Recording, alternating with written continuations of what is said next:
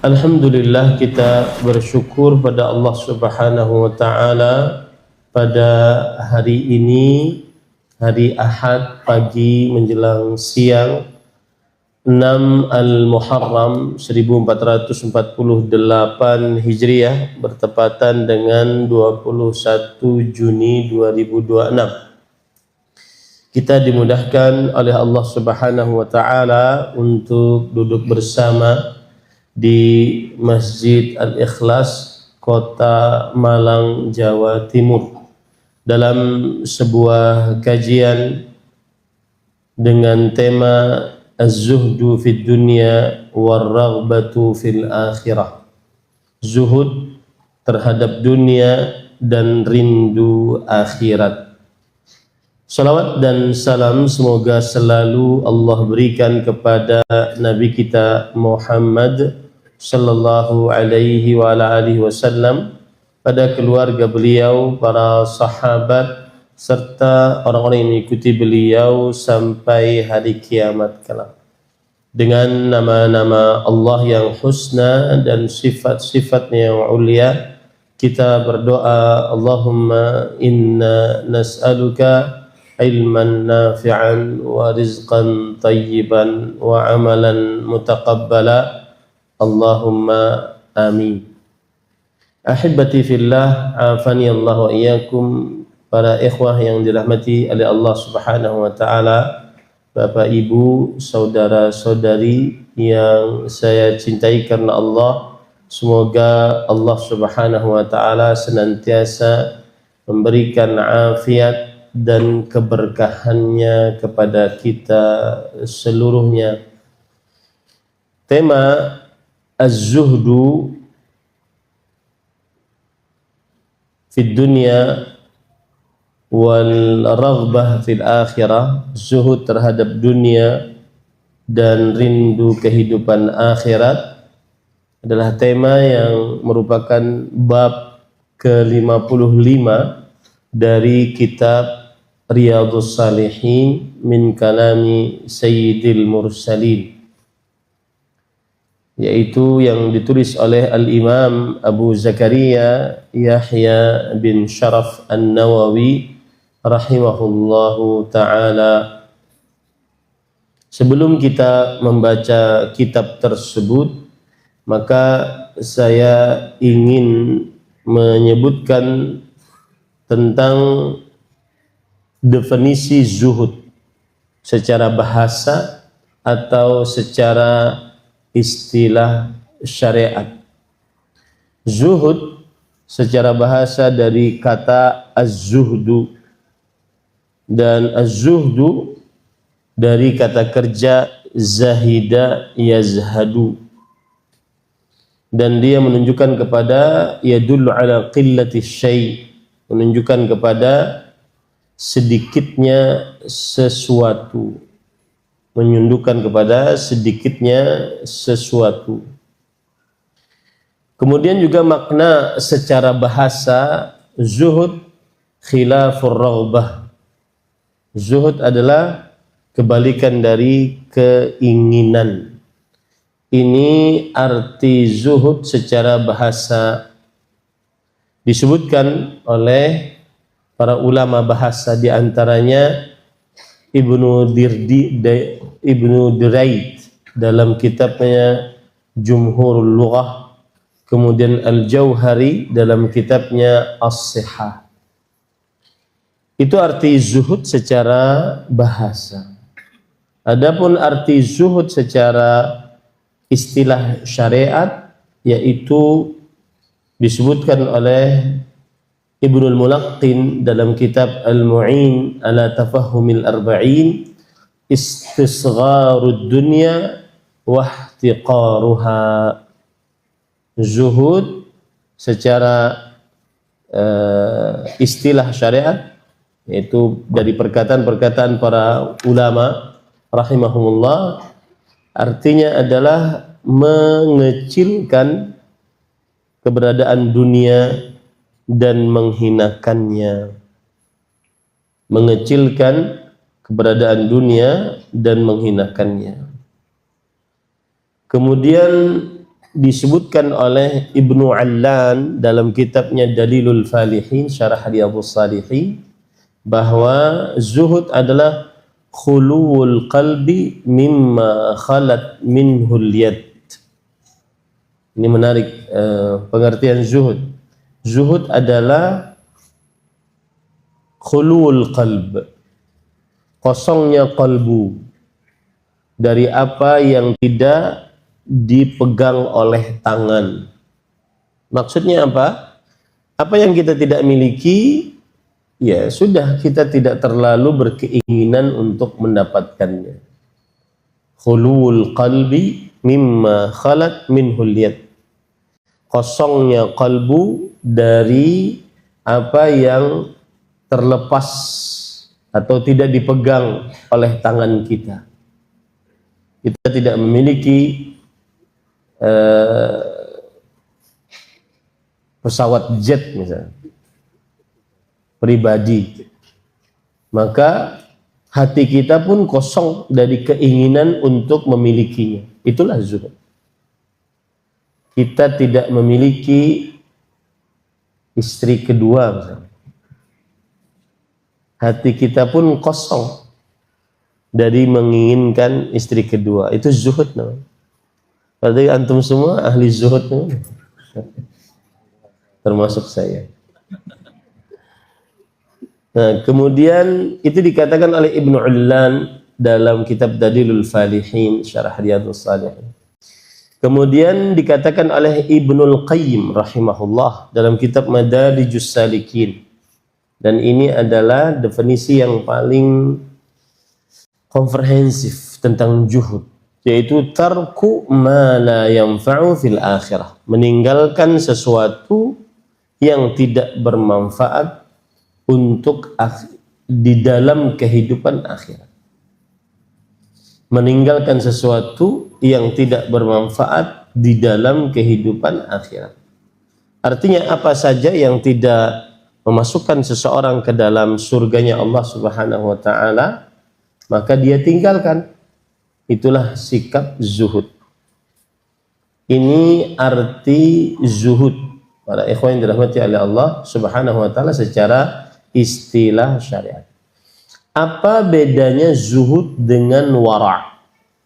Al-wara'u az-zuhdu.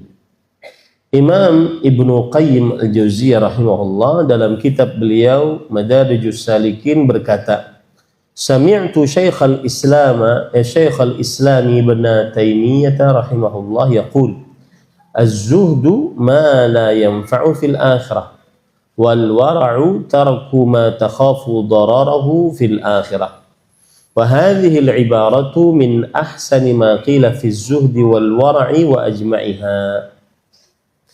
Aku pernah mendengar Syekhul Islam Ibn Taimiyah, yaitu gurunya, berkata, dan mereka berdua ini ulama Islam abad ke-8 Hijriah, tahun 780-an. Ulama Islam abad ke-8 Hijriah. Aku telah mendengar Syekhul Islam Ibn Taimiyah berkata, zuhud adalah meninggalkan sesuatu yang tidak bermanfaat untuk kehidupan akhirat. Dan wara' adalah meninggalkan apa saja yang dikhawatirkan bahayanya di akhirat. Meninggalkan apa saja yang dikhawatirkan bahayanya di akhirat. Dan ini adalah ungkapan yang paling bagus dalam pengertian zuhud dan wara' dan paling komprehensif, paling sempurna.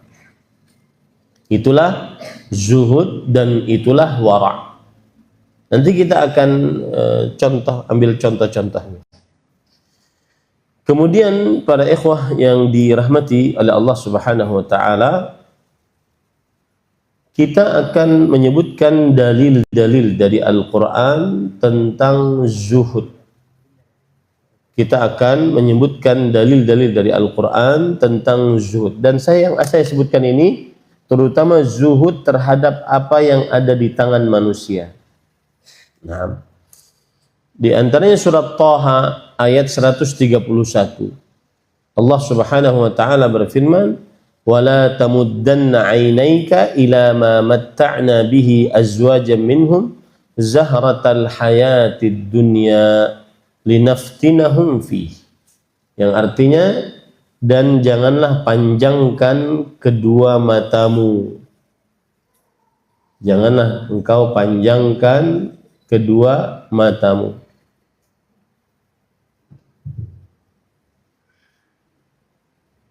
Sebentar.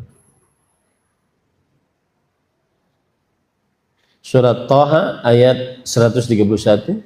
Dan janganlah engkau panjangkan kedua matamu, maksudnya tolehkan kedua matamu, kepada apa yang telah kami berikan kepada golongan-golongan dari mereka sebagai bunga kehidupan dunia untuk kami, yaitu Allah, menguji mereka dengannya. Dan karunia Allah adalah lebih baik dan lebih kekal. Para ikhwan yang dirahmati oleh Allah Subhanahu wa taala, ini adalah ayat yang menunjukkan bahwasanya kita harus zuhud terhadap apa yang ada pada tangan manusia. Manusia memiliki ini, maka kita zuhud terhadapnya. Ya, kita tidak menginginkannya, kita tidak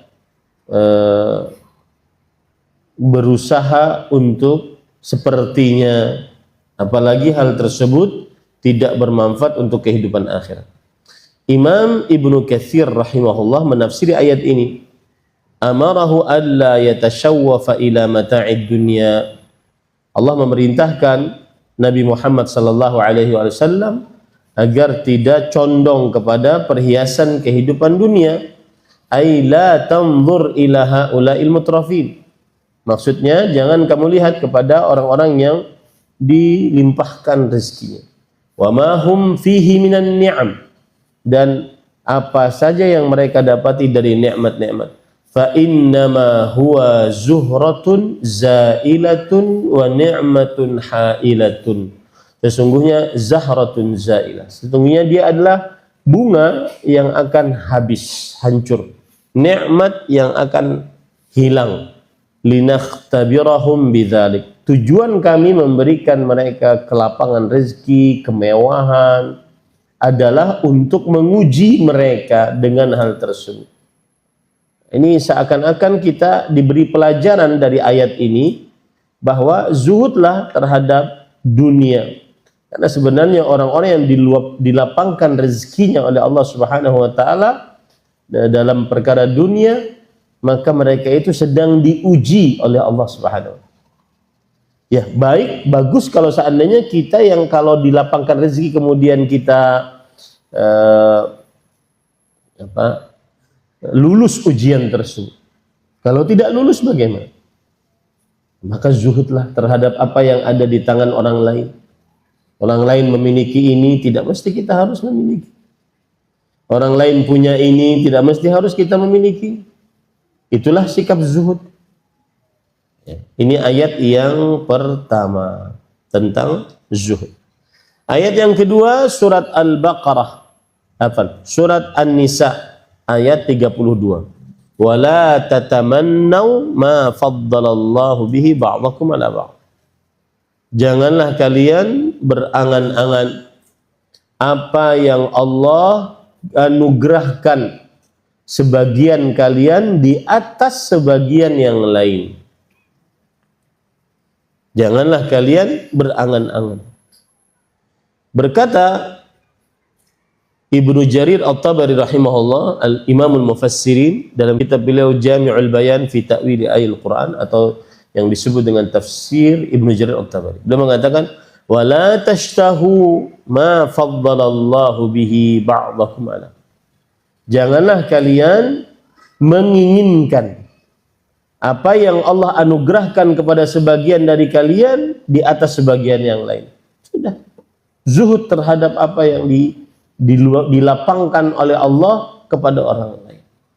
Ini dalil yang kedua dari Al-Quran. Dalil yang ketiga, surat Al-Baqarah ayat 273. yahsabuhumul jahilu aghniya'a minat ta'affuf.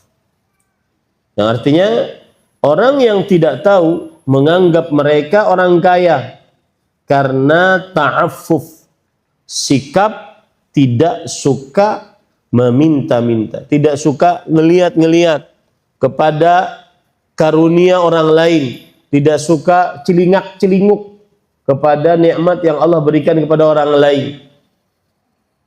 Ya. Hanya kadang-kadang kalau bertamu kepada orang yang diluaskan rezekinya, sudahlah, nggak usah terlalu, wah, masya Allah rumahnya, masya Allah marmernya dari kutub utara. Nggak usah seperti itu, biasa saja. Saya pernah diundang ke sebuah negara ASEAN, paling kaya di ASEAN. Kemudian panitia mungkin ingin memberitahukan, ini Ustadz istana raja, istananya mewah sekali. Saya bilang, oh begitu saja, supaya tidak terlalu tertegun dengan dunia. Kemudian dia bercerita di dalam istana tersebut, Ustadz, terdapat 1000 kamar. Saya bilang, saya mikir sapunya itu berapa, kemudian tukang sapunya berapa. Nah, para ikhwah, yahsabuhumul jahilu aghniya'a minat ta'affuf. Orang yang bodoh menganggap mereka orang yang kaya karena ta'affuf. Sifat ta'affuf itu artinya adalah tidak, sifat zuhud, tidak terlalu bertanya-tanya, tidak terlalu meminta-minta. Ya, disebutkan oleh di dalam kitab Umdatul Huffaz bahwa li'annahum aghniya'un nufus. Kenapa mereka bisa seperti itu? Karena perasaan mereka kaya. Perasaan mereka kaya terhadap apa yang Allah berikan. Yata'affafuna amma fi aidin nas. Mereka zuhud dari minta-minta dari apa yang ada di tangan manusia. Wa yazhaduna fi, dan mereka bersikap zuhud di dalamnya. Fayadhunnuna aghniya bikathratil 'ard.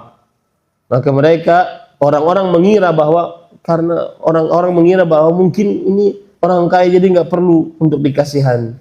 Padahal dia juga perlu sebenarnya. Tapi karena tidak terlalu celingak-celinguk, tidak terlalu banyak tanya, tidak terlalu macam-macam, maka dianggap dia juga memiliki sebagaimana yang diluaskan rezekinya oleh Allah kepada orang lain tersebut. Kemudian ayat yang lain yang berkaitan dengan zuhud juga adalah, yaitu surat Al-Kahfi ayat 40. Fa'asa Rabbi an yu'tiyani khairan min jannatik. Semoga Rabbku memberikan kepadaku lebih baik daripada kebunmu.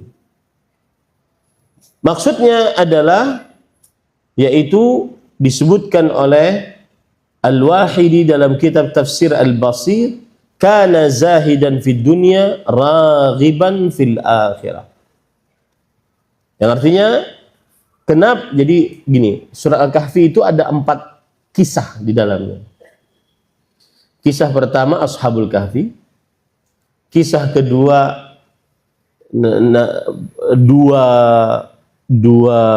petani, yang satu kafir, yang satu muslim. Kisah ketiga kisah Nabi Musa dengan Nabi Khadir, dan yang benar namanya Khadir, bukan Haidir. Haidir teman TK saya. Kemudian kisah yang keempat, kisah Raja Dzulqarnain. Nah, di dalam kisah yang kedua, kisah petani yang satu muslim, yang satu kafir, maka yang petani muslim ini mengatakan, ketika petani yang kafir itu melihat kebunnya subur, kemudian luar biasa, ingin dipetik panen begitu, maka orang yang petani muslim ini mengatakan, fa'asa Rabbi an yu'tiyani khairan min jannati. Semoga Allah Rabbku memberikan kepadaku yang lebih baik daripada kebunmu. Apa maksudnya ini? Yaitu kana zahidan fid dunya raghiban fil akhirah. dia zuhud terhadap dunia, hatinya kosong dari melihat kesuksesan petani yang kafir. Saya tidak terlalu perlu. Dan ragiban fil akhirah, tapi yang dia inginkan bukan hanya sukses dunia tetapi juga sukses di akhirat. Maka yang keempat ini dalil tentang adanya zuhud dalam perkara dunia. Nah, kemudian kita ambil dalil dari hadis Rasul sallallahu alaihi wasallam tentang sikap zuhud.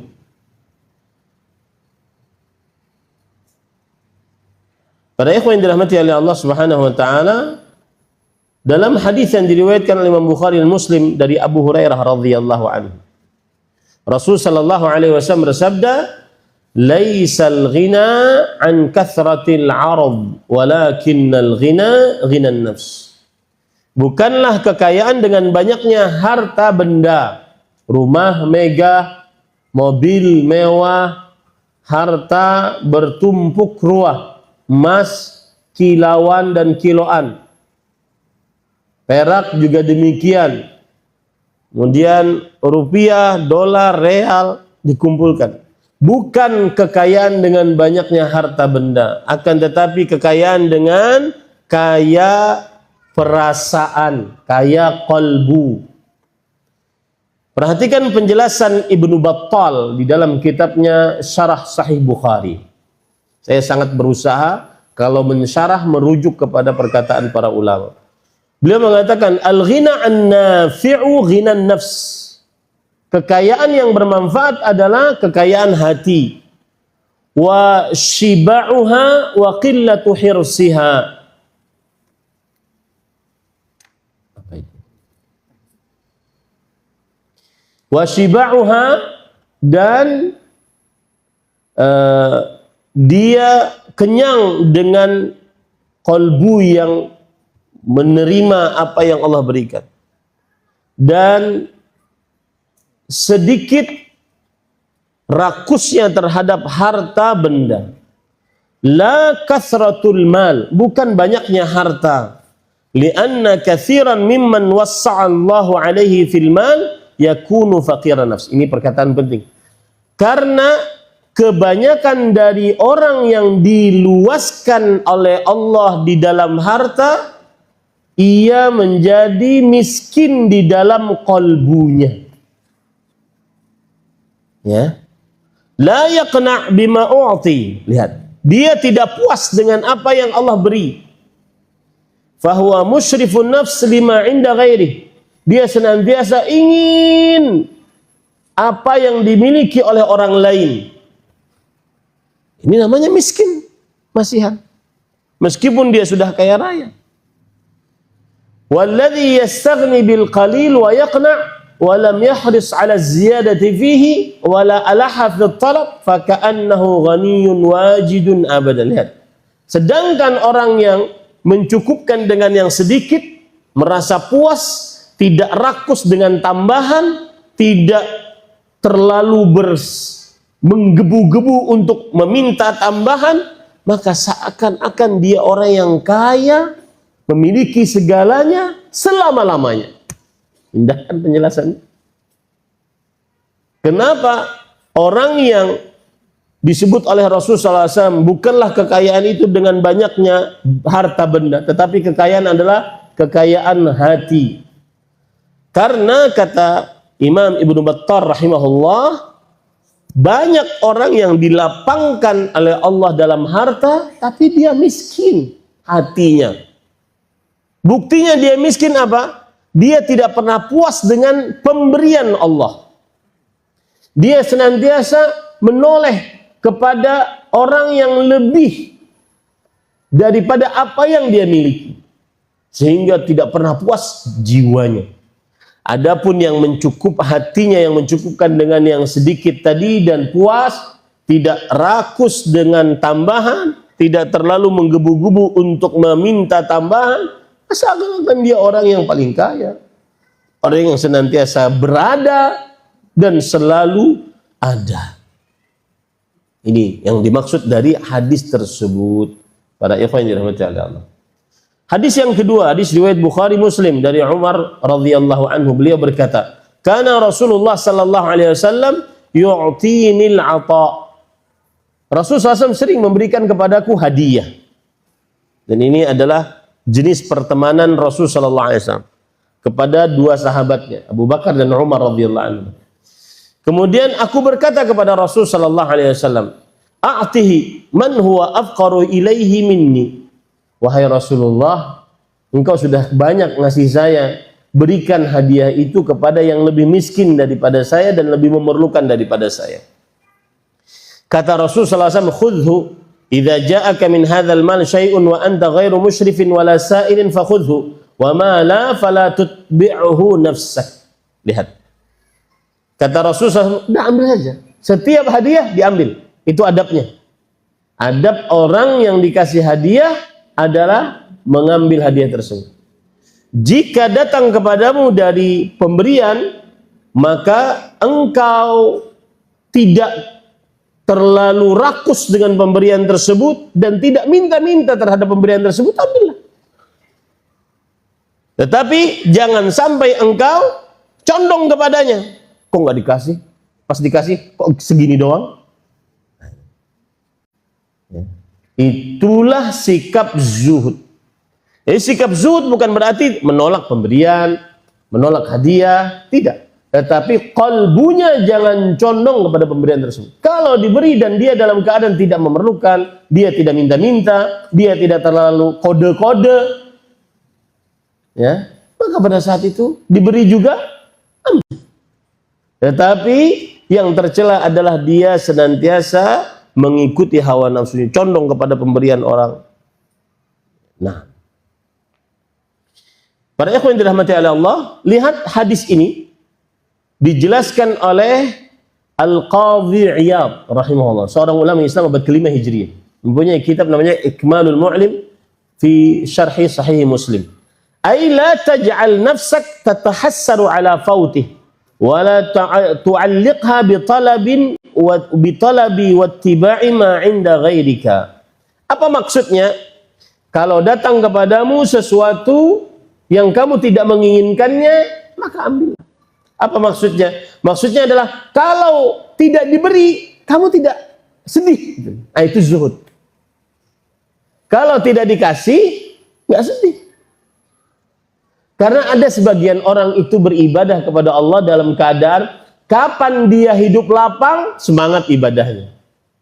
Tapi kapan dia ditimpa musibah sedikit saja, mulai menurun semangat ibadahnya. Coba perhatikan, ada ayat yang menunjukkan akan hal ini.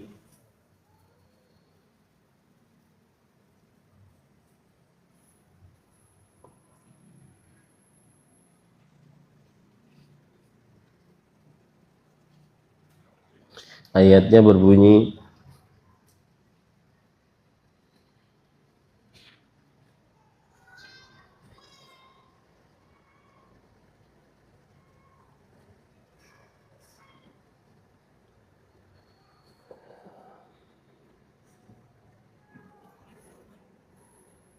saya lupa ayatnya, dan nanti kita akan di dalam kajian akan teringat insyaallah. Ada sebagian orang kapan dia diberi, dia semangat ibadahnya. Kapan tidak diberi, maka tidak semangat ibadahnya kepada Allah Subhanahu wa taala. Nah, para ikhwan yang dirahmati oleh Allah, jangan sampai seperti itu, karena itu bukan sikap zuhud. Sikap zuhud adalah kapan kita menginginkan sesuatu, ternyata Allah belum bertakdir untuk kita, sudah tinggalkan. Itu sikap zuhud. Ya, jangan sampai merasa sedih, merasa rugi ketika keinginan belum tercapai dari keinginan-keinginan dunia. Dan jangan juga kalbunya tergantung dengan apa yang ada dimiliki oleh orang lain. Oh, si fulan punya mobil sekian, saya kapan memiliki? Nah, itu bukan sikap zuhud. Sikap zuhud adalah orang memiliki apa, maka kita memiliki ini yang kita ridhoi, ini yang kita puas dengan pemberian Allah. Itulah sikap zuhud. Ini para ikhwah yang dirahmati oleh Allah Subhanahu wa taala. Kemudian hadis yang lain yang berkaitan dengan sikap zuhud. Hadis riwayat Bukhari dan Muslim.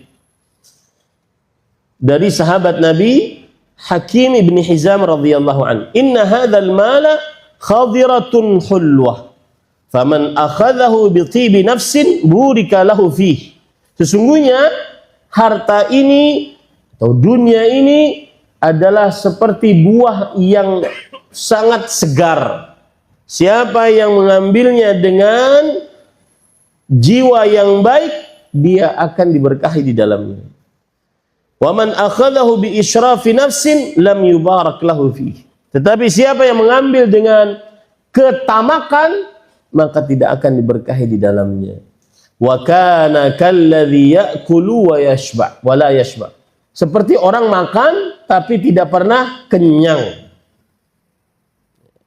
Di dalam hadis ini terdapat pelajaran tentang zuhud. Zuhud adalah mengambil dunia dengan apa yang dia perlukan saja, maka diberkahi di dalam dirinya. Sedangkan orang yang tidak zuhud adalah orang yang mengambil dunia dalam keadaan dia sangat rakus terhadap dunia tersebut. Seperti orang makan tidak pernah kenyang. Seperti hadis Rasul sallallahu alaihi wasallam yang berbunyi, "Lau kana li bani Adam wadiyani min mal labtagha tsalitsah." Kalau seandainya anak Adam memiliki 2 lembah harta, dia akan menginginkan lembah yang ketiga. Nah, itu tidak zuhud, tidak zuhud. Ini para ikhwan yang dirahmati oleh Allah Subhanahu wa taala. Dijelaskan hadis tadi oleh Ibnul Jauzi dalam kitab Kashful Mushkil. Bi israfi nafsin, yaitu dengan ketamakan diri, maksudnya adalah bitatallu'in wa hirsin wa tama'in wa syarhi ilaihi wa irtifa'in lahu wa ta'arrudin wa talab. Dia benar-benar menginginkan, rakus, tamak, bahkan bisa mengerjakan keburukan untuk mendapatkan dunia tersebut. Bisa mengerjakan sesuatu yang menghinakan diri agar dapat harta tersebut. Nah, ini bukan sikap zuhud. Para ikhwan yang dirahmati oleh Allah Subhanahu wa taala. Baik. Sekarang kita ingin bahas bagaimana cara agar bisa zuhud. Disebutkan oleh Imam Ibnu Qayyim Al-Jauziyah rahimahullahu taala tentang bagaimana seorang muslim bisa bersikap zuhud, ya. Bagaimana seorang muslim bisa bersikap zuhud. Imam Ibnu Qayyim Al-Jauziyah rahimahullahu taala berkata, "La tatimmu ar-raghbatu fil akhirah illa biz-zuhdi fid dunya, wa la yastaqimu az-zuhdu fid dunya illa ba'da nadharaini sahihaini." Artinya, tidak sempurna keinginan untuk sukses di akhirat kecuali dengan cara bersikap zuhud di dunia. Jadi dia mata rantai itu. Siapa yang ingin sukses di akhirat, maka harus zuhud di dunia. Dan sikap zuhud tidak di dunia tidak akan terjadi kecuali dengan 2 cara. Yang pertama, an-nazar fid dunya wa sur'atu zawaliha wa sur'ati zawaliha wa fana'iha wa dhmihaliha wa naqsiha wa khissatiha. Yang pertama adalah melihat cepatnya hilangnya, hancurnya dunia. Ini baru bisa zuhud. Wa alamil muzahamati 'alaiha, dan lelahnya mencari dunia, lelahnya mencari dunia.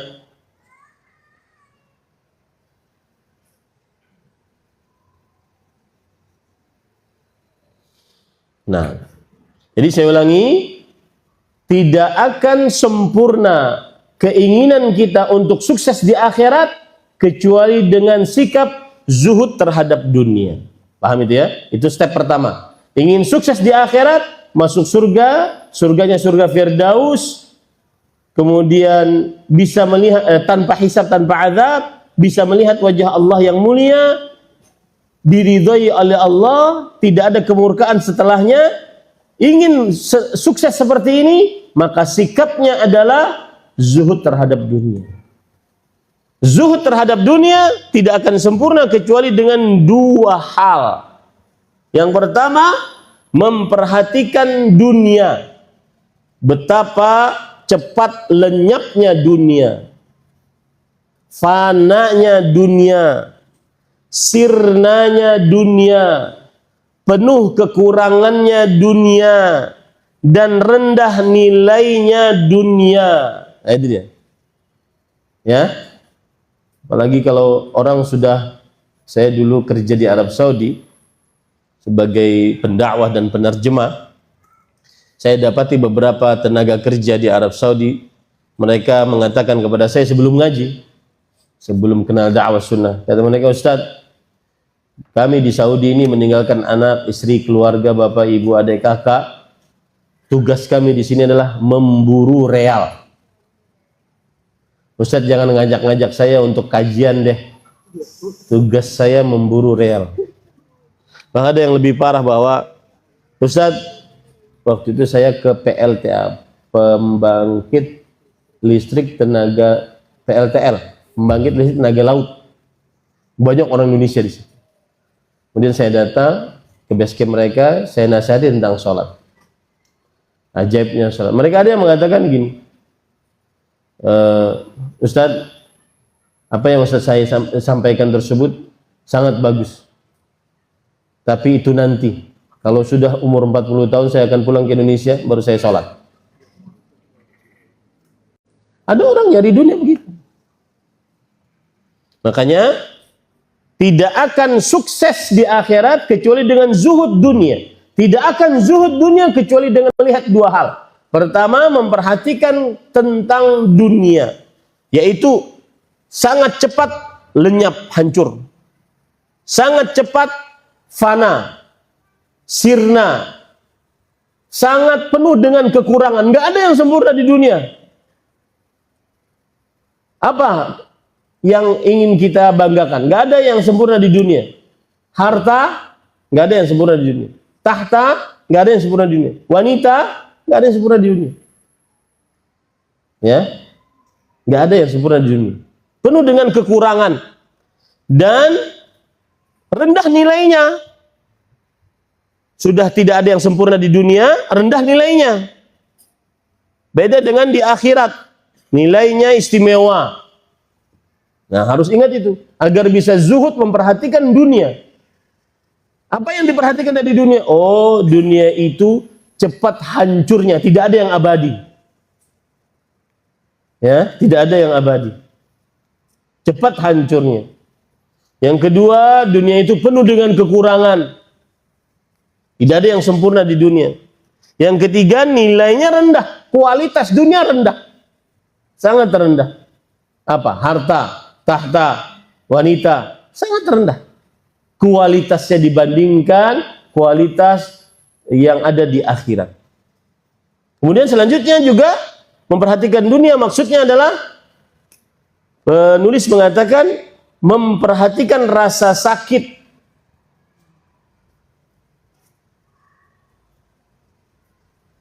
Bentar.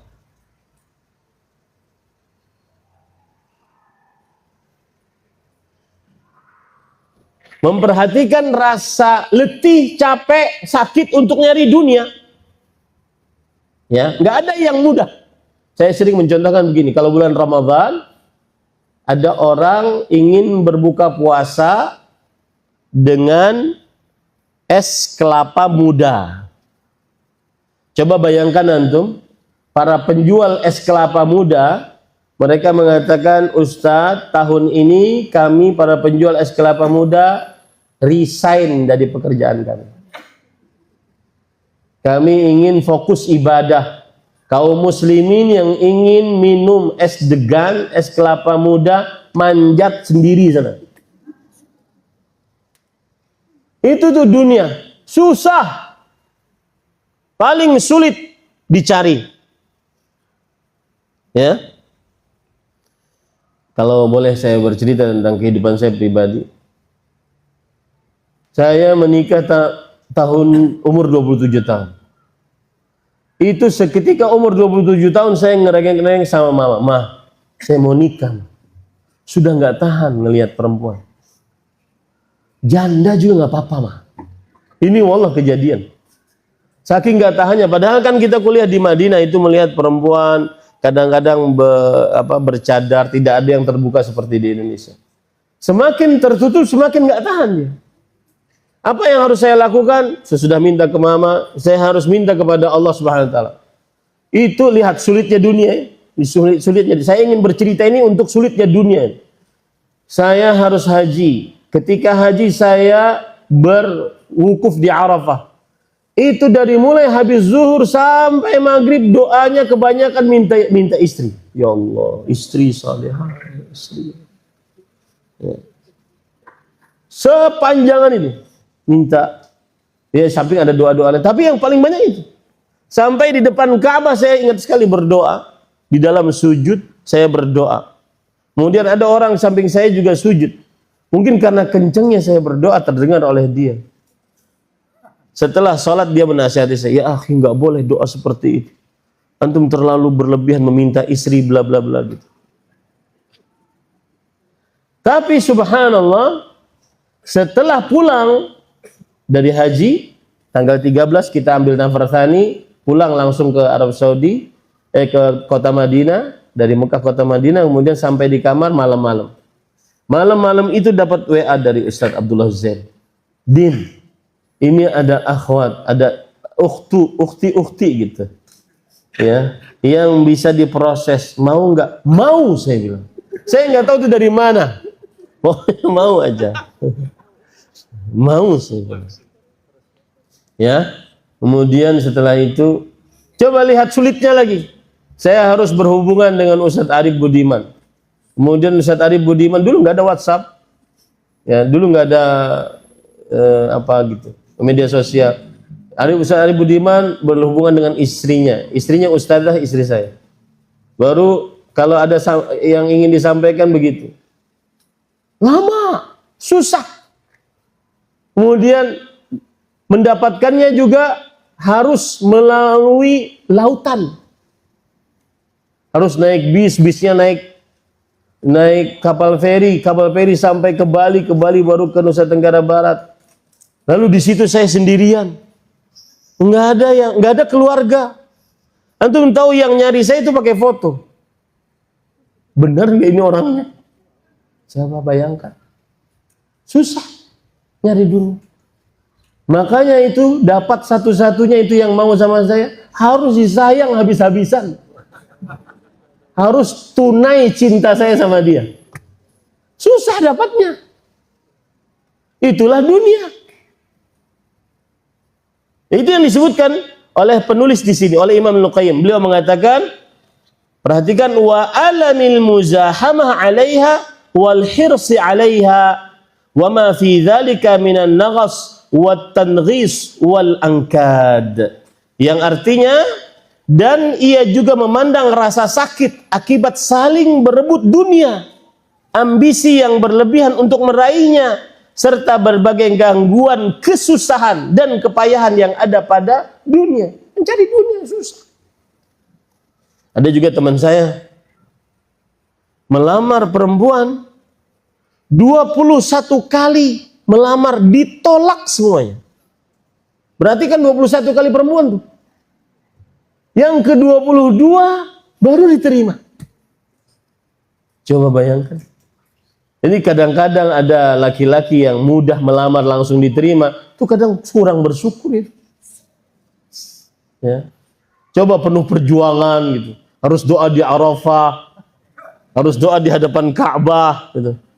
Ya. Penuh perjuangan dia.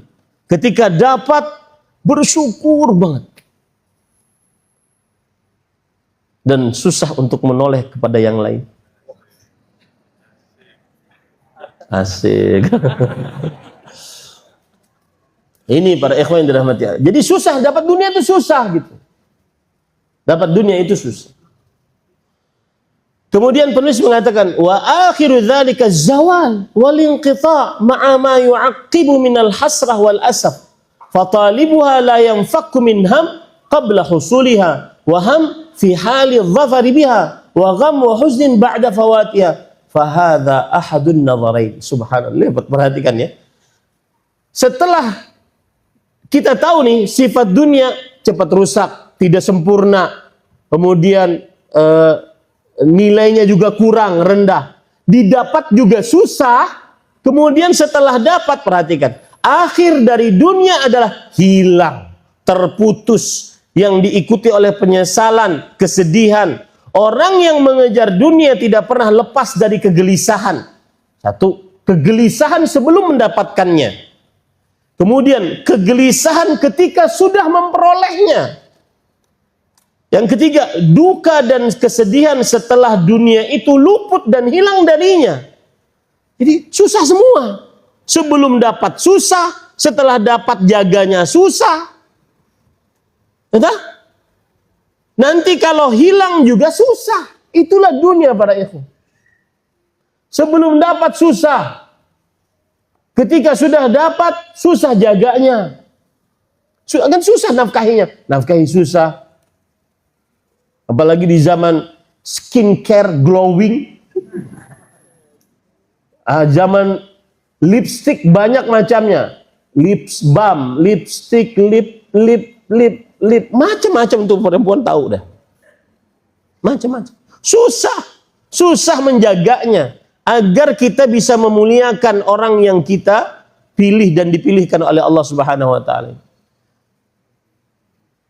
Makanya mencontoh Rasul sallallahu alaihi wasallam, ini perhatian kepada Bapak Ibu yang sudah berkeluarga. Saya sering menceritakan ini.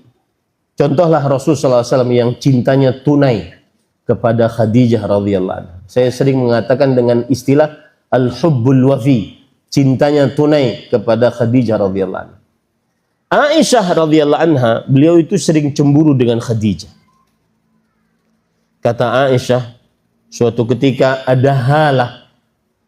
Halah itu adalah saudarinya Khadijah. Suaranya di luar rumah Rasulullah SAW. Kemudian terdengar oleh Rasulullah SAW. Kemudian Rasulullah SAW sangat kenal karena suaranya hampir sama dengan Khadijah. Kata Rasulullah SAW, Halah. Itu Halah, kata Khadijah. Kata Rasulullah SAW. Mendengar suaranya yang hampir sama dengan istrinya yang sudah meninggal, Khadijah. Aisyah radhiyallahu anha yang sedang digilir, cemburu dong. Apalagi perempuan sangat pencemburu. Cemburu. Kata Aisyah, Khadijah. Kalau bahasa kita, dikit-dikit Khadijah. Khadijah. Ajuz.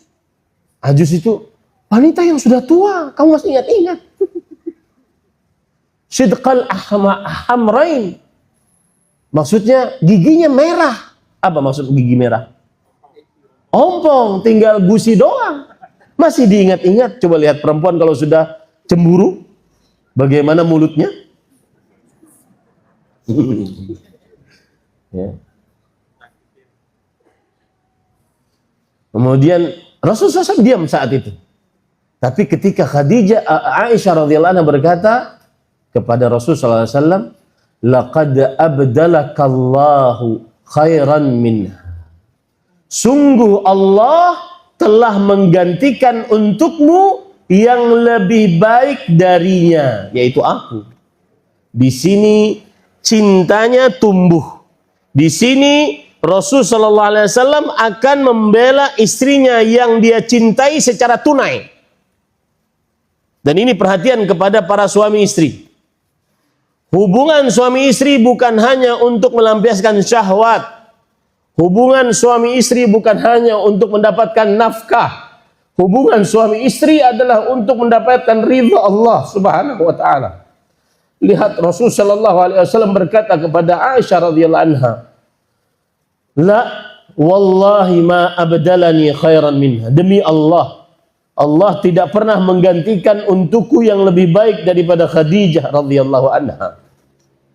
Laqad amanat bihina kaffaranin nas. Sungguh Khadijah telah beriman kepadaku ketika orang-orang kufur terhadapku.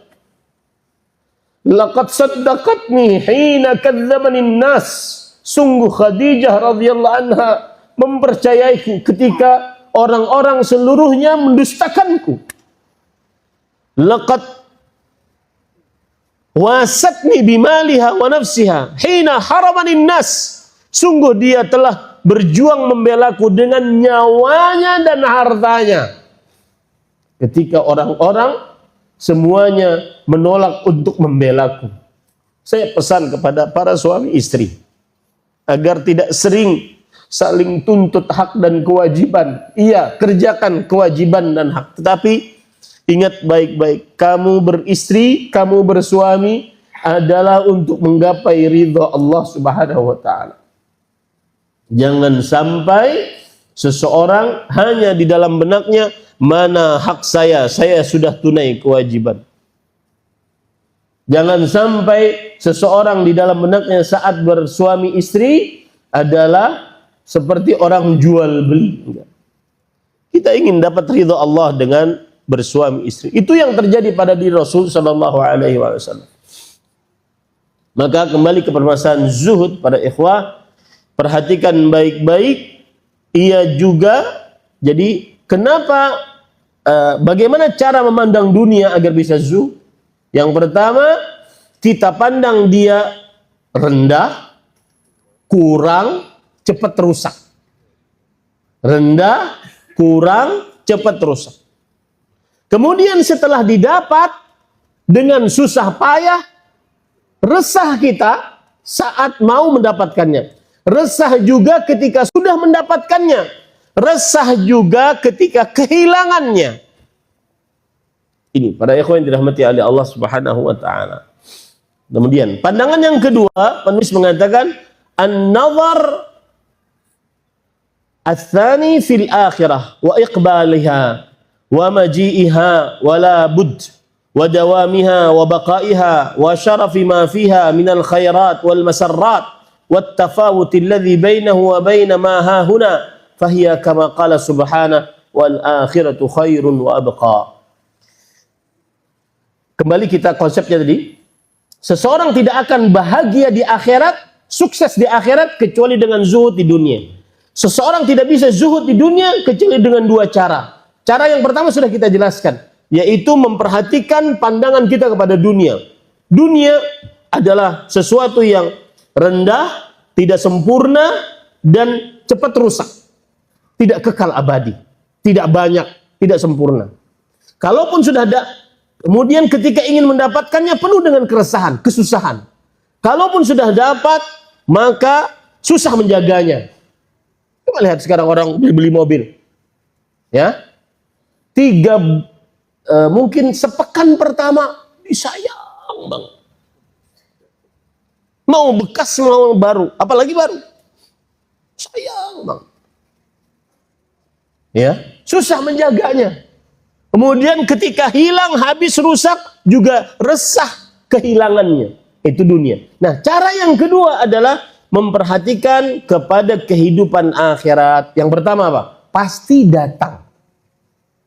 Kehidupan akhirat pasti datang. Yang diawali dengan apa? Kehidupan akhirat diawali dengan apa para ikhwah? Dengan kematian. Al-Mughirah bin Syu'bah radhiyallahu anhu mengatakan,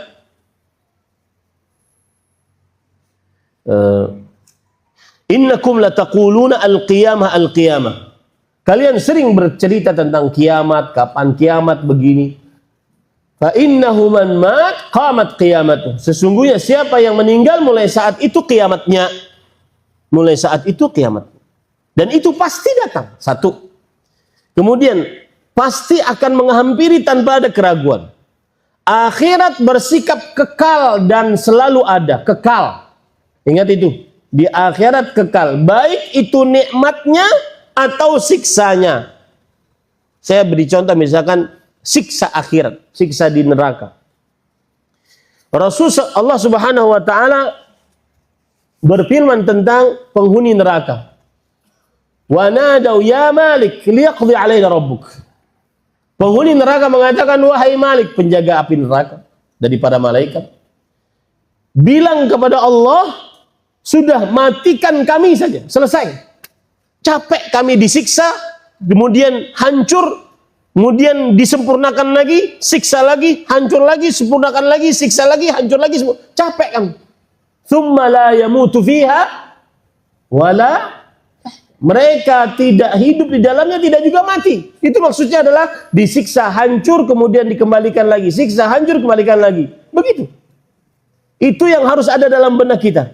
Pasti ada kematian, kemudian kehidupannya akan kekal. Begitu juga surga. Pasti ada kematian, kemudian kehidupan di surga kekal, dan ia juga memandang kemuliaan dan berbagai kebaikan dan kenikmatan yang terdapat di dalamnya, serta perbedaan yang sangat besar antara akhirat dengan dunia ini. Kemudian yang ketiga adalah bahwa kesempurnaan hanya ada di akhirat. Itu poin ketika kita memandang akhirat. Kesempurnaan hanya ada di akhirat.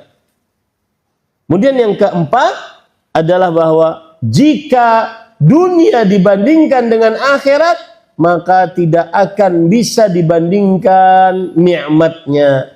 Kecuali seperti seseorang memasukkan air, memasukkan jari telunjuk ke dalam air lautan, lalu dia angkat. Yang netes dari air tersebut itulah dunia. Air lautan itu adalah nikmat. Nikmat apa? Akhirat. Begitulah cara memandang akhirat. Dan itulah cara yang kedua agar kita bisa zuhud. Ya, saya ulangi para ikhwah agar antum tahu bagaimana cara berfikirnya. Seseorang tidak akan sukses di akhirat kecuali dengan apa? Zuhud di dunia. Seseorang tidak akan zuhud di dunia kecuali dengan apa? Dengan dua cara. Yang pertama memandang dunia. Yang kedua memandang akhirat. Memandang dunia bagaimana? Yang pertama, yakini baik-baik dunia itu tidak sempurna, cepat rusak, kemudian rendah, kualitasnya rendah, apapun itu. Kemudian harus meyakini bahwa dunia resah saat ingin mendapatkannya. Kemudian kalau sudah didapatkan juga merasa resah, susah menjaganya. Kalau susah menjaganya, ketika kehilangan juga merasa sedih dan resah. Itu tercampur semua di dunia situ. Baik.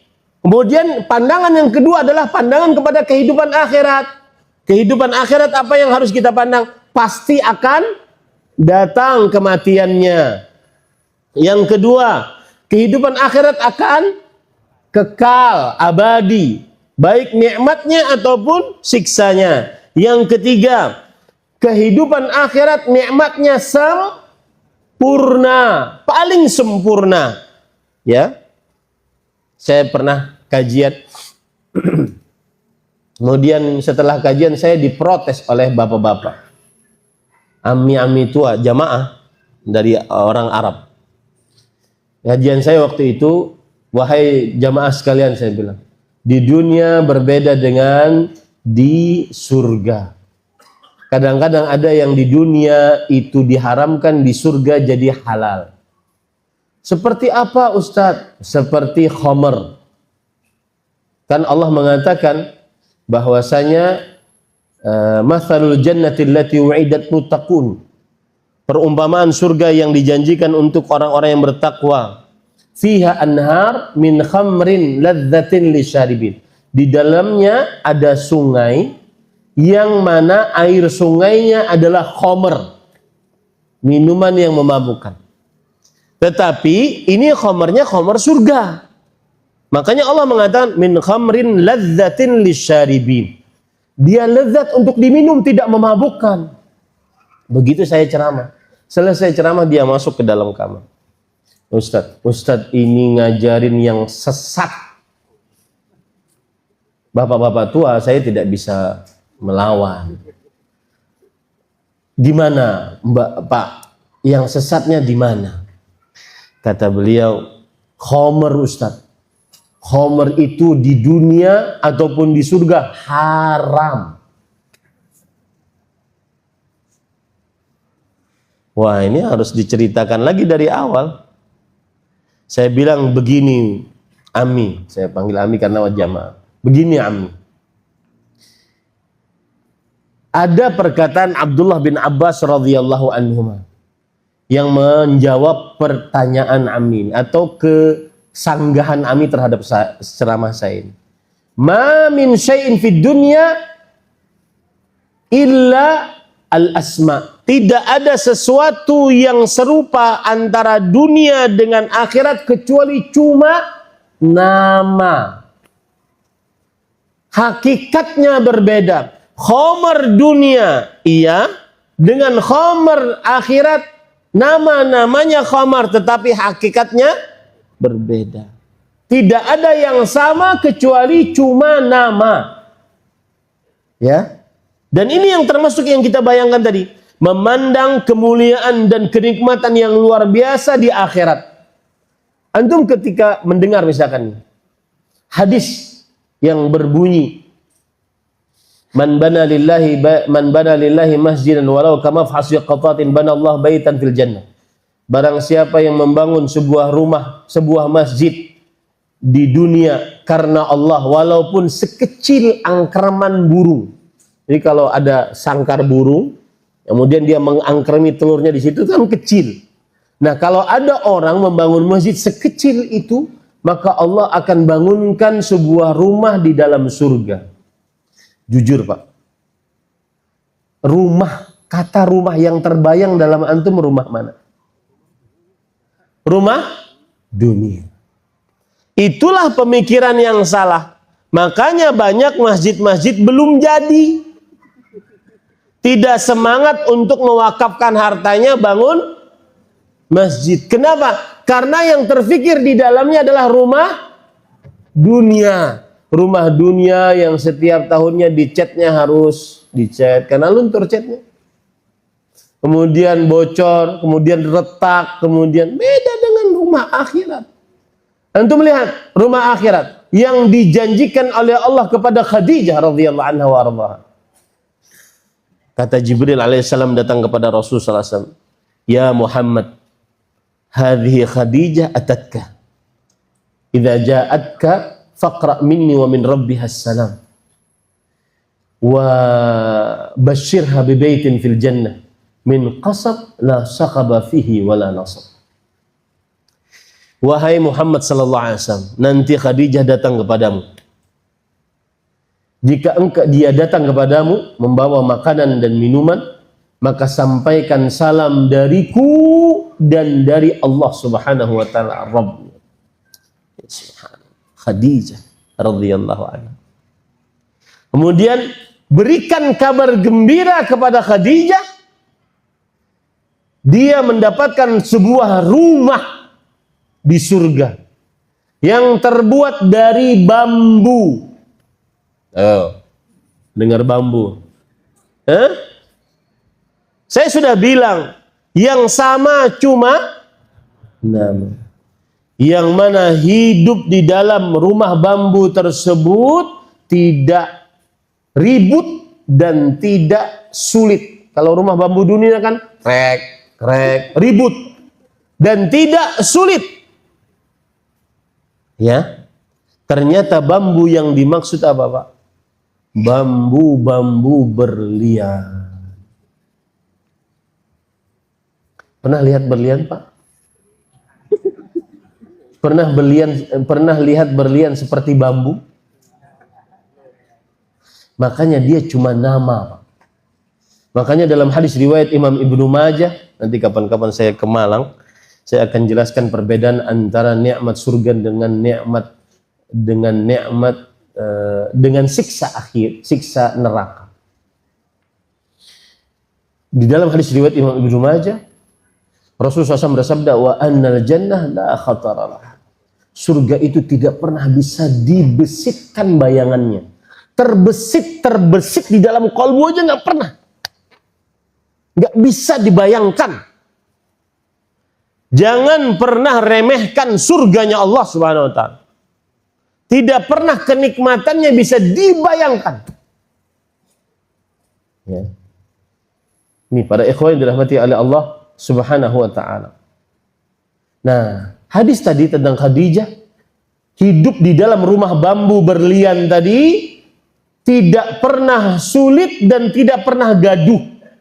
Para ulama mengambil pendapat kenapa Khadijah, perhatian ini buat ibu-ibu, kenapa Khadijah mendapatkan rumah di surga yang terbuat dari bambu berlian? Jawabannya ada dua. Tidak pernah mengangkat suara di hadapan suaminya. Yang kedua, tidak pernah, itu gaduh tadi ya. Yang kedua apa tadi? Sulit. Tidak pernah meminta yang sulit-sulit terhadap suaminya. Apalagi yang di luar kemampuan suami. Dengan itulah Khadijah radhiyallahu anha mendapatkan sebuah rumah di dalam surga. Bagi di dalam hati bapak-bapak, tuh dengerin tuh. Saya pernah punya kajian, tema kajiannya adalah ciri istri durhaka. Sebelum kajian berjalan, 5 menit sebelum kajian berjalan, ada WA masuk dari panitia perempuan. Ustadz, kapan kajian dengan tema ciri suami zalim? Jadi kita itu sebagai pendakwah harus balancing, tidak boleh kita mengunggulkan para lelaki ataupun mengunggulkan para istri saja. Nah, taib para ikhwan yang dirahmati oleh Allah Subhanahu wa taala. Sekarang kita masuk lagi kepada cara yang selanjutnya, bagaimana kita bisa bersikap zuhud terhadap dunia.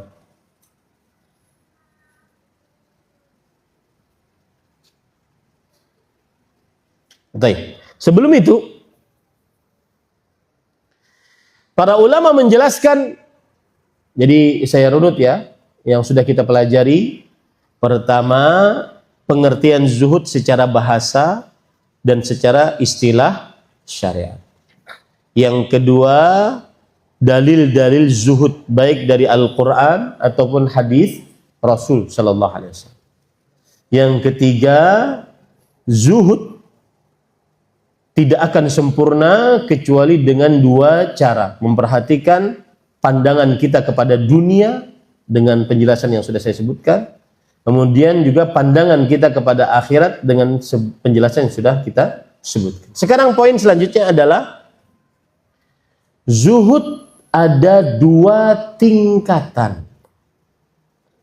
Zuhud ada dua tingkatan. Yang pertama, az-zuhdu fi zakhrafid dunya, zuhud terhadap kemewahan dunia. Zuhud terhadap kemewahan dunia. Allah Subhanahu wa taala berfirman, "Wa ma utitu min syai' famata'ul hayatid dunya wa zinatuha wa ma 'indallahi khairun wa abqa." Yang artinya, maka apa saja yang diberikan kepada kalian, maka itu adalah perhiasan kehidupan dunia. Dan apa saja yang di sisi Allah lebih baik dan lebih kekal. Surat Al-Qasas ayat 60. Ini tingkatan zuhud yang pertama, yaitu zuhud terhadap kemewahan dunia. Saya ingin nanya sekarang kepada antum, Rasulullah, Nabi kita Muhammad SAW, itu orang kaya atau orang miskin? Hah? Orang kaya beliau itu. Tetapi beliau zuhud. Pernah suatu ketika Umar bin Khattab radhiyallahu anhu masuk ke dalam rumah Nabi Muhammad sallallahu alaihi wasallam. Kemudian beliau menceritakan apa yang beliau lihat. Tidak ada di dalam rumah tersebut perabotan-perabotan. Yang ada tergantung cuma kirbah. Kirbah itu adalah tempat air yang terbuat dari kulit. Kemudian beliau melihat Rasulullah sallallahu alaihi wasallam tidur di atas tikar yang kasar, membekas pada tubuh beliau yang mulia. Salawatullah wassalamuhu wa barakatuhu alaih. Kemudian Umar bin Khattab radhiyallahu anhu berkata, "Ya Rasulullah, ud'ullaha falyuwassi' ala ummatik." Wahai Rasulullah, berdoalah engkau kepada Allah agar umatmu diluaskan, dilapangkan hartanya, agar engkau tidak seperti ini. Engkau ini kan pemimpin negara. Kenapa tidur seperti ini? Fa inna Faris war Rum, orang-orang Persia dan Romawi, Yahudi dan Nasrani, mahum alaih, mereka dengan kemewahan mereka, dan padahal mereka orang-orang yang mensyirikkan Allah Subhanahu wa taala. Tapi kita beriman kepada Allah Subhanahu wa taala. Kenapa engkau seperti ini wahai Rasul sallallahu alaihi wasallam? Logis pertanyaannya. Apa jawab Rasul sallallahu alaihi wasallam? Awala tardha, apakah engkau tidak ridha? Lahumud dunya walanal akhirah. Mereka biarkan mereka memiliki dunia yang tidak sempurna, kualitasnya rendahan, cepat rusak, susah didapat, sudah didapat, susah menjaganya, ketika hilang sedih luar biasa. Biarkan mereka memiliki dunia, walanal akhirah, dan kita memiliki akan nikmat di akhirat, yaitu surganya Allah Subhanahu wa taala. Ya, ama tardha an takuna lahum dunya wa lana al-akhirah. Apakah engkau tidak ridha? Biarkan mereka memiliki dunia dan kita memiliki akhirat. Akhirat, surganya Allah Subhanahu wa taala yang nikmatnya sempurna, kualitasnya tinggi, kekal abadi dan banyak. Antum tahu banyaknya itu bagaimana? Allah berfirman dalam Al-Qur'an, "Fiha fakihah la maqtu'ah wa la mamnu'ah." Di dalam surga ada buah-buahan yang tidak pernah terputus. Apa maksudnya tidak pernah terputus? Tidak mengenal musim.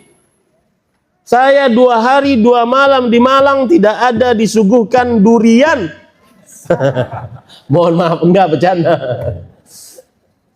Ya, mungkin karena enggak musim.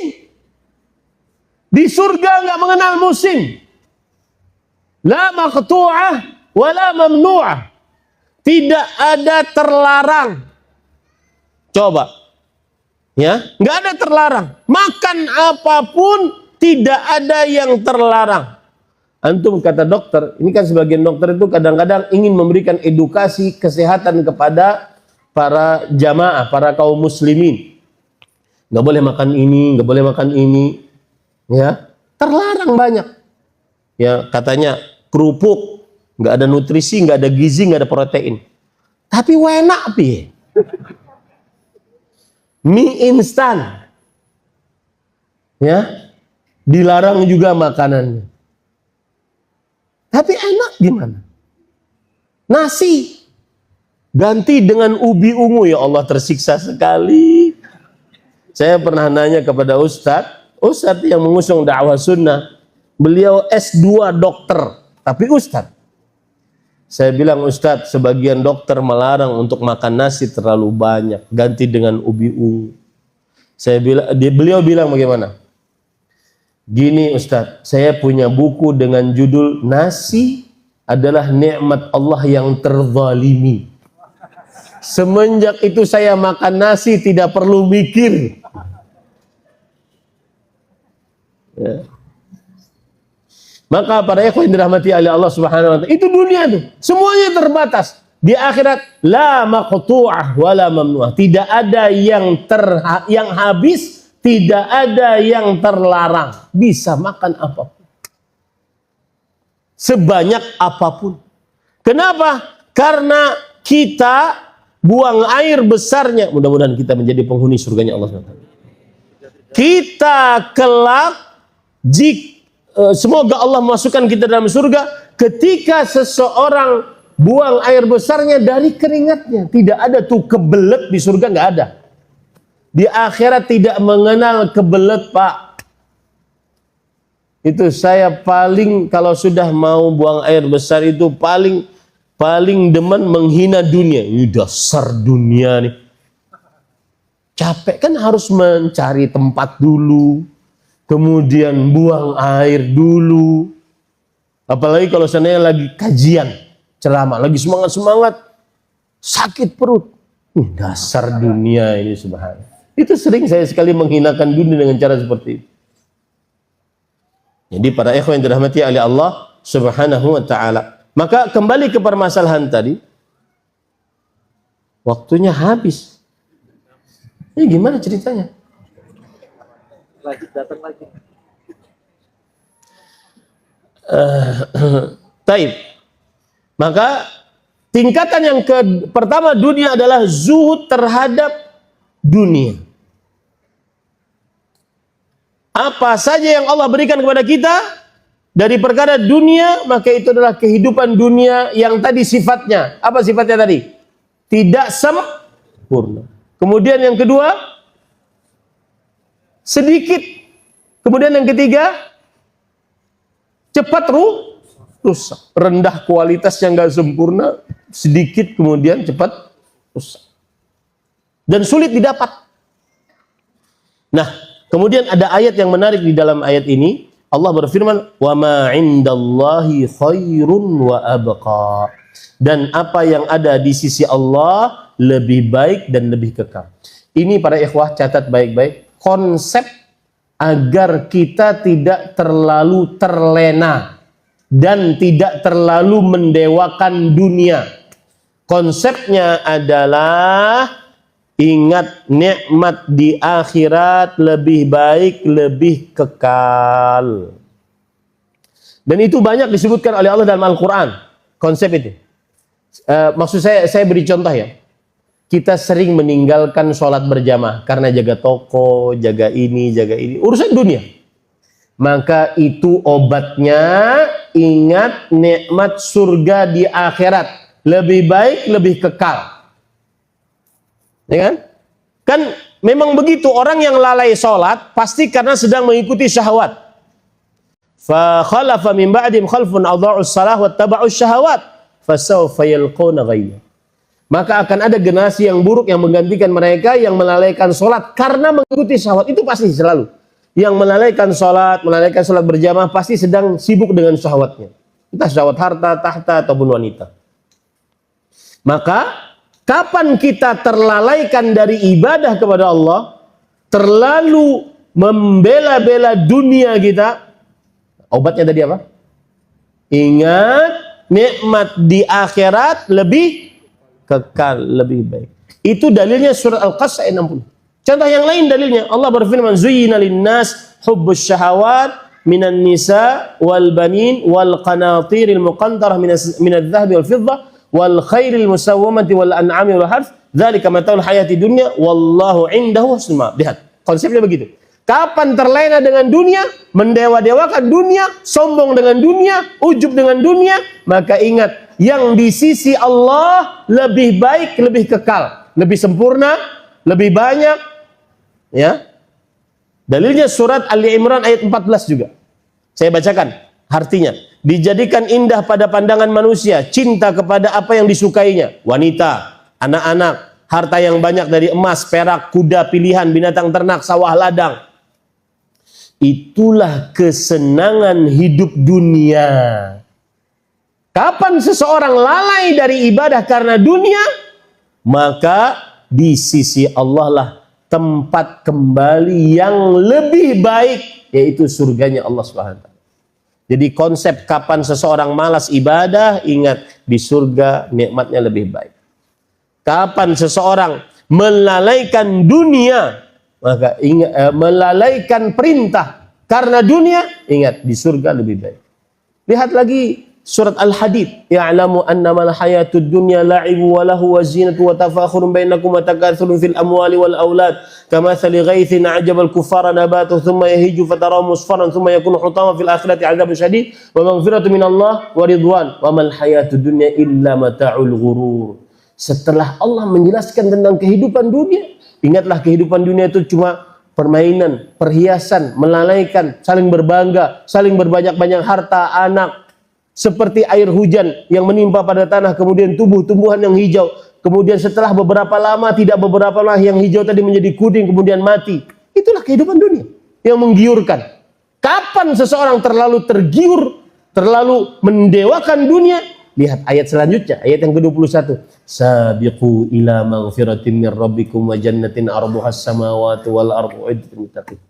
Bersegeralah kalian untuk mendapatkan ampunan dan surga yang luasnya seluas langit dan bumi. Makanya konsep kapan lalai ibadah karena dunia, konsepnya apa tadi? Ingat nikmat di surga yang ada di akhirat kelak. Itu tingkatan yang pertama. Yang kedua adalah, nah ini penting di zaman sekarang, zuhud terhadap pujian manusia, popularitas, ya, masyhur, terkenal, kemana-mana disorot kamera. Dan ini nasihat saya untuk juga para ustadz, jangan sampai pakai entertain terlalu berlebihan. Ke bandara ada angle-nya dari belakang, naik turun eskalator, ngapain? Ente bukan artis, ente pendakwah. Ngapain? Lagi jogging, ngapain? Nggak usah divideokan semua kehidupanmu. Yang divideokan cuma kajianmu saja. Itu yang diperlukan oleh umat. Nggak usah jadi terlalu banyak entertain di dalam dunia dakwah. Paham ya para ikhwan yang dirahmati oleh Allah? Untuk apa coba? Untuk apa? Saya pernah dinasihati oleh kawan saya karena Allah, Al-Ustadz Al-Fadhil, Fadhil Ustadz Dr. Firanda Andirja Hafizahullah. Kawan saya karena Allah. Waktu itu saya dakwah di sebuah daerah, kemudian saya nyetir mobil air gitu. Karena memang kebiasaan nyetir, akhirnya nyetir mobil air. Saya ingin nyoba. Yang salahnya divideoin. Sebar kemana-mana. Telepon langsung beliau, Din, ngapain bikin itu? Antum pendakwah, bukan artis. Siap Ustaz. Saya pernah ditelepon oleh Ustadz Abu Fathi Yazid bin Abdul Qadir Jawas hafizahullah. Ketika itu bikin video lagi, bikin video untuk menasehati. Judulnya tentang apa yang dilakukan oleh orang mu'allaf agar dia kesehariannya bisa berlangsung istiqamah. Bagus toh judulnya. Waktu itu saya di sebuah kota, kemudian di depan saya ada makanan. Kemudian nasinya masih ada uapnya gitu. Artinya, kemudian saya bikin video, tersebar itu. Ditelepon sama Ustadz. Ustadz Ahmad, antum sombong dengan video itu. Banyak orang yang nggak makan. Kalau ingin beri nasihat, sudah bikin aja video, nggak usah pakai nasi-nasian. Ini juga para panitia hati-hati. Jangan dibuat ustadznya jadi artis. Apalagi artisah. Artis laki-laki, artisah perempuan. Ustadz turun dari mobil, mobilnya sudah mewah. Ya. Kemudian Ustadz nanti duduk-duduk di kamar panitia, tertawa terbahak-bahak, di depannya ada makanan yang mewah-mewah. Seakan-akan hidupnya ustadz dan panitia bahagia banget. Padahal panitianya, salah satu panitianya saya tahu dia sebentar lagi pernikahannya di ujung tanduk. Gak usah begitu. Ya, tidak usah ustadznya di entertain. Ustadz datang untuk berdakwah. Ada lagi sebagian ikhwah kadang-kadang kalau tablik akbar foto. Kemudian di belakangnya jamaah banyak. Foto. Alhamdulillah akhirnya bisa hadir di kajian ustadz. Apa yang antum dapat ilmunya? Pokoknya rame.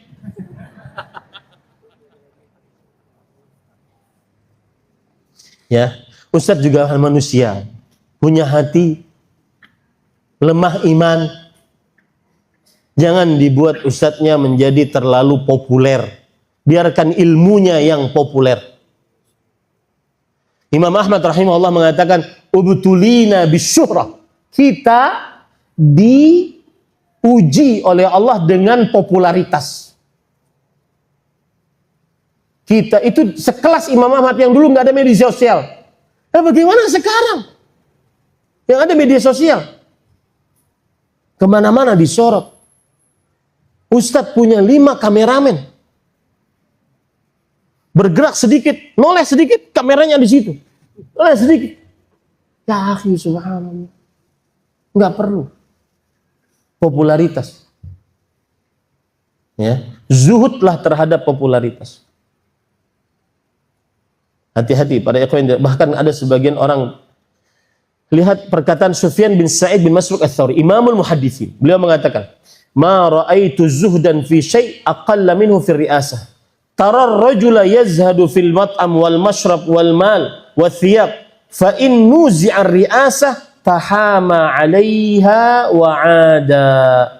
Perhatikan baik-baik perkataan ini para ikhwah yang dirahmati oleh Allah Subhanahu wa taala. Beliau mengatakan, "Ma ra'aitu zuhdan fi syai'in aqalla minhu fir riyasah." Aku tidak pernah melihat kezuhudan terhadap sesuatu yang lebih sedikit daripada kezuhudan dalam perkara kepemimpinan atau kedudukan. Maksudnya apa? Orang sangat sedikit zuhud terhadap popularitas. Ingin ditonton, ingin pokoknya jadi pusat perhatian. Ustadznya di zoom sampai zoom banget. Sampai bulu hidungnya kelihatan. Nggak perlu ya akhi. Subhanallah. Bahkan sebagian perempuan-perempuan yang sudah menikah. Ya Allah, enak ya punya suami seperti ustadz. Kasihan suaminya ya akhi. Kasihan suaminya. Saya pernah melihat dengan mata kepala saya sendiri. Ada seorang ibu-ibu nyuruh anak-anaknya yang masih kecil, salaman sama ustaz. Salaman. Salaminlah ustaznya kan nggak ada. Ustaz ini lugu-lugu, bin lucu-lucu. Ya, salamlah, disalam, dihormati. Kemudian pulanglah anak tersebut. Kembali kepada ibunya. Apa yang terjadi? Ini mohon maaf ya ibu-ibu, saya tidak merendahkan ibu-ibu. Tangan si ustadz tadi, tangan si anak tadi yang dicium oleh si ustadz tadi, dicium oleh ibu itu. Sampai segitunya para ikhwan. Bagaimana kalau seandainya seseorang akan ditampilkan sedemikian rupa, dengan sedemikian entertain. Hati-hati para ikhwan. Itu tidak dikenal, dakwah seperti itu tidak dikenal oleh para ulama-ulama, ustadz-ustadz senior kita nggak dikenal. Mereka berdakwah dari satu masjid ke masjid yang lain, mereka berdakwah dari satu halakoh ke halakoh yang lain. Ya silahkan mungkin ada halakoh tidak di masjid, tetapi mereka tidak dikenal dengan popularitas. Hati-hati, jangan sampai kejadian seperti itu. Saya pernah berkata kepada seorang ustadz, "Ustadz, antum nikahilah tuh banyak perempuan-perempuan yang suka sama antum." Nggak mau Ustaz, mereka tidak mau dipoligami. Tapi mereka maunya punya suami seperti saya. Hati-hati, wahai para lelaki. Ya. Jadi sainganmu, ustadzmu. Oh bagus tuh jadi judul sinetron. Apalagi di zaman sekarang tema-tema kajian, ya Allah. Tema-tema kajian, makanya di hari-hari ini saya mengangkat tema-tema mengenal sunnah dan bid'ah, konsekuensi dua kalimat syahadat, ya. Kemudian pembatal-pembatal keislaman. Ingin dengan usaha kecil ingin mengembalikan marwah judul tema kajian. Karena sebagian kajian kadang-kadang temanya terlalu berlebihan. Aku suka kamu, kamu suka dia. Enggak ada begitu ya kajiannya. Maka aku tidak pernah melihat zuhud terhadap sesuatu yang lebih sedikit. Artinya orang jarang zuhud seperti ini, yaitu zuhud kepada kepemimpinan dan popularitas. Engkau bisa mungkin melihat seorang bersikap zuhud terhadap makanan, minuman, harta, pakaian. Namun apabila ia diperebutkan dalam urusan kepemimpinan dan popularitas, ia akan mempertahankannya dengan keras dan memusuhi orang lain. Ini hati-hati para ikhwan yang dirahmati oleh Allah. Itu dua zuhud. Tingkatan zuhud, banyak sekali sebenarnya yang akan dibahas dari zuhud ini. Ini yang bisa disampaikan, mudah-mudahan bermanfaat. Apa yang baiknya dari Allah Subhanahu wa taala. Ada yang ingin bertanya? Oh, silakan. Pertanyaan pertama, Assalamualaikum warahmatullahi wabarakatuh. Mohon izin bertanya mengenai cara menyeimbangkan antara mencari nafkah dan menuntut ilmu syar'i. Mungkin didapati dua pandangan yang cukup kontras. Pertama, membatasi mencari rezeki demi mengejar kajian, namun kebutuhan materi keluarga menjadi kurang terpenuhi. Yang kedua, sangat sibuk bekerja dengan alasan untuk mempersiapkan bekal ibadah seperti haji dan umrah, sehingga waktu untuk menuntut ilmu menjadi sangat terbatas. Pertanyaan saya, bagaimana hakikat zuhud yang sebenarnya dalam menyikapi dua fenomena ini? Bismillah, walhamdulillah, wassalatu wassalamu ala rasulillah wa ala alihi wa ashabihi wa man wala amma ba'd. Sebenarnya tidak ada pertentangan antara dua hal tersebut. Dia bisa menuntut ilmu dan dia bisa bekerja pada waktunya. Tinggal membagi waktu saja. Ya, bukan berarti orang yang menuntut ilmu kemudian dia tidak bekerja. Bukan berarti orang yang bekerja kemudian dikatakan sebagai dia gila dunia, tidak zuhud terhadap dunia. Ya, sebenarnya tidak ada pertentangan, tinggal dia bagi waktu saja. Saya ingat dulu waktu masih duduk di majlis Fadilat Syekh Al-Allamah Al-Muhaddith, muhaddith ahli Madinah, Syekh Abdul Muhsin bin Hamad Al-Abbad, hafizahullah. Beliau ditanya, Ustaz, Syekh bagaimana cara membagi waktu kalau malam? Ketika orang bangun malam, ada dua pilihan di situ. Sholat malam yang lama atau kemudian belajar murojaah yang lama. Maka kata Syekh, tidak ada pertentangan antara dua hal tersebut. Dia bisa sholat malam, dia bisa murojaah, yang bisa dia kerjakan. Nah, begitu juga menuntut, mengais rizki. Dia mengais rizki, dia juga bisa menyediakan waktu untuk menuntut ilmu. Saya beri contoh misalkan, dia bisa bekerja dari jam 8 sampai jam 16. Kemudian kalau seandainya dia tidak bisa setiap malam untuk duduk di majelis ilmu, karena dia juga punya istri, dia punya anak, dia juga harus mendidik anak dan istrinya, maka dia bisa di hari-hari akhir pekan seperti ini dia bisa hadir. Kemudian dia bisa hadir di salah satu malam yang dia bisa duduk di majelis ilmu tersebut. Intinya tidak ada pertentangan antara dia bekerja mengais rezeki, kemudian dia menuntut ilmu.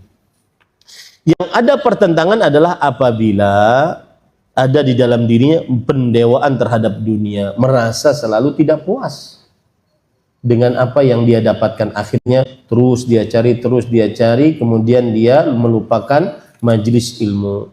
Kemudian nanti dalihnya ataupun alasannya, oh saya bisa online. Maka online tidak sama dengan hadir di majelis ilmu secara langsung. Demikian. Wallahu a'lam.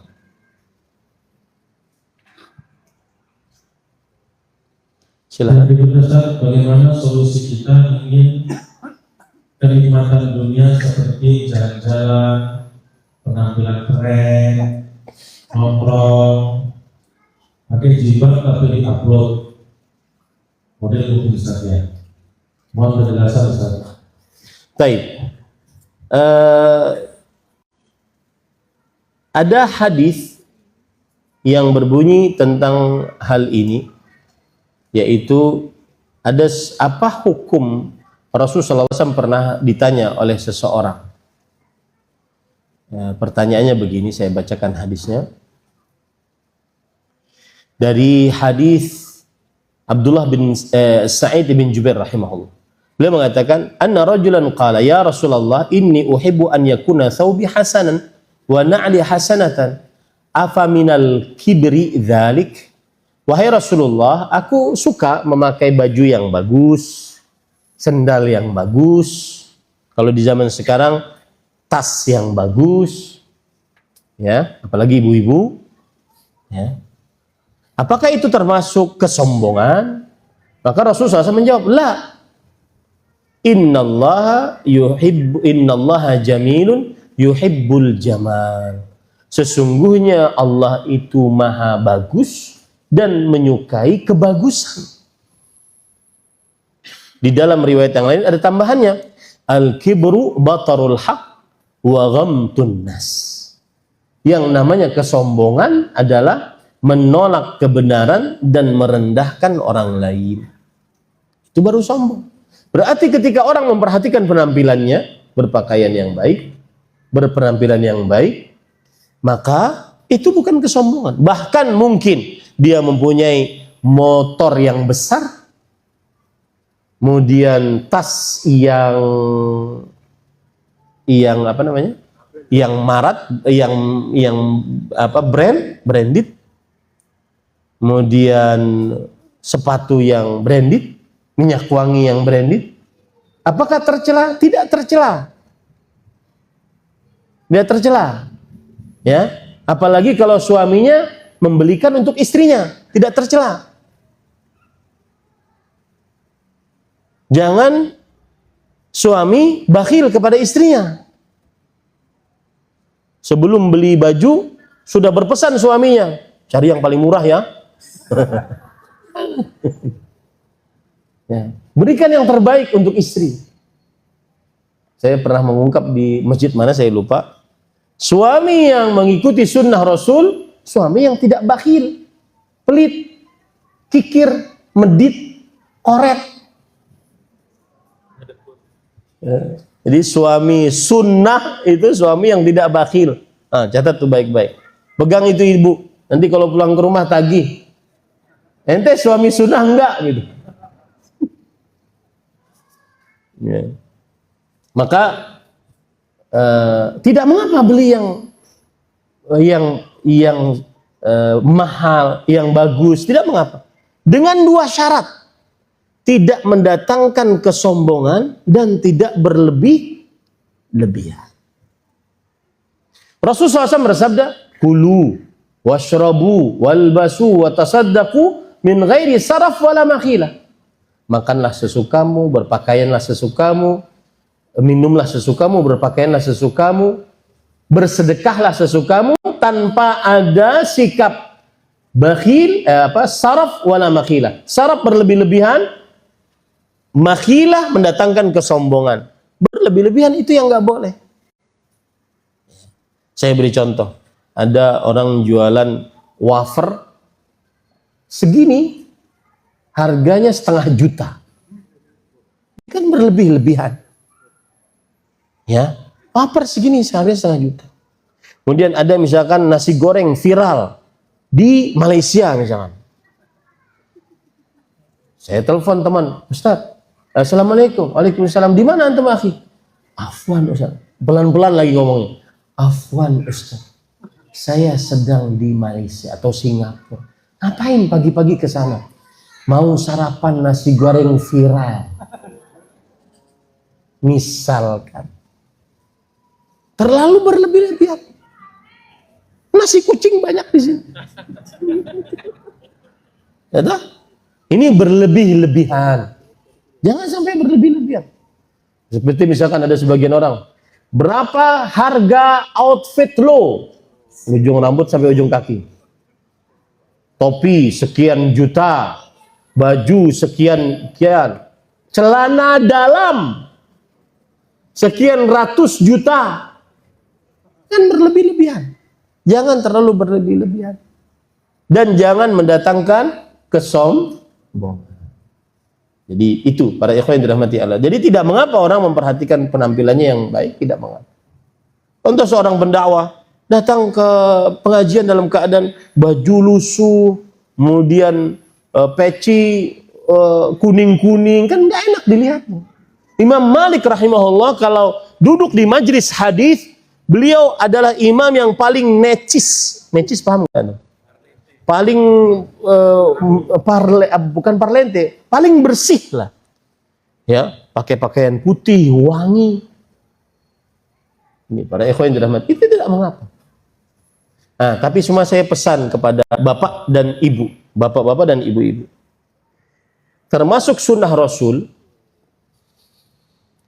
apabila ada seorang bawa, misalkan ibu-ibu nih, ke pengajian bawa tas branded, di sampingnya ada ibu-ibu yang lain bertanya, Bu, tasnya beli berapa?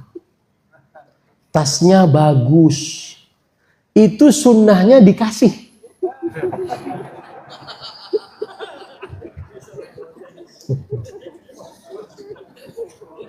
Karena ada hadis Rasul Shallallahu Alaihi Wasallam,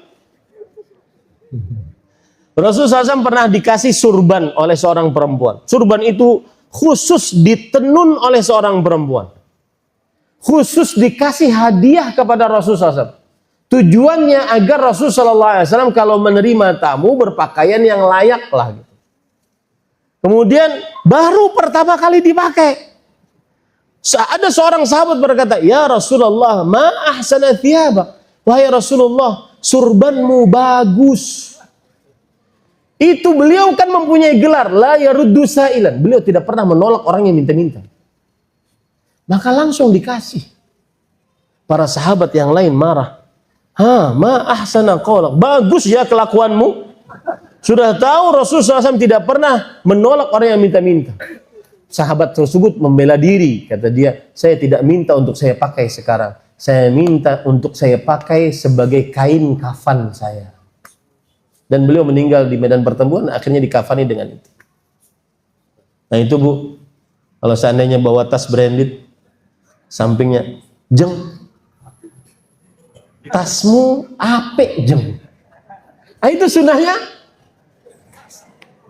Amalkan sekarang. Baik, ada lagi silakan.